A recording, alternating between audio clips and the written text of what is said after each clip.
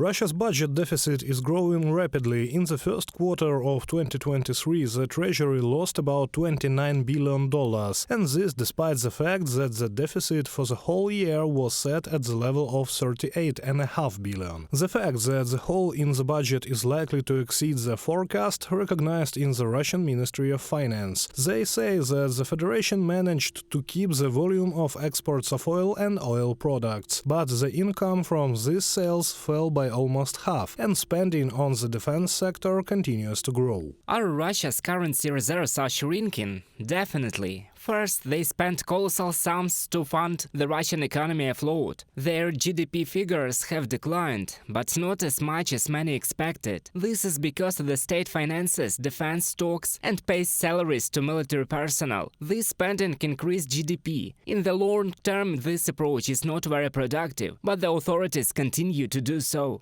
First of all, the deficit of the Russian budget affects the social sphere. The Kremlin will be the last to cut funding for law enforcement agencies, experts say. That is why already today a part of infrastructure and social programs is already frozen. And the longer the sanctions are in place, the less money Moscow will spend on building schools and hospitals, roads and cultural facilities, education, healthcare and social support. I am far from thinking that they will not pay pensions and will not pay salaries. They will be paid in the public sector. But the problem will be that the inflationary flywheel will actively spin up. And when it spins up, you can continue to pay 1,000 rubles. But the problem will be that these 1,000 rubles, it will not be possible to buy the same amount of products that you could buy, say at the beginning of the month.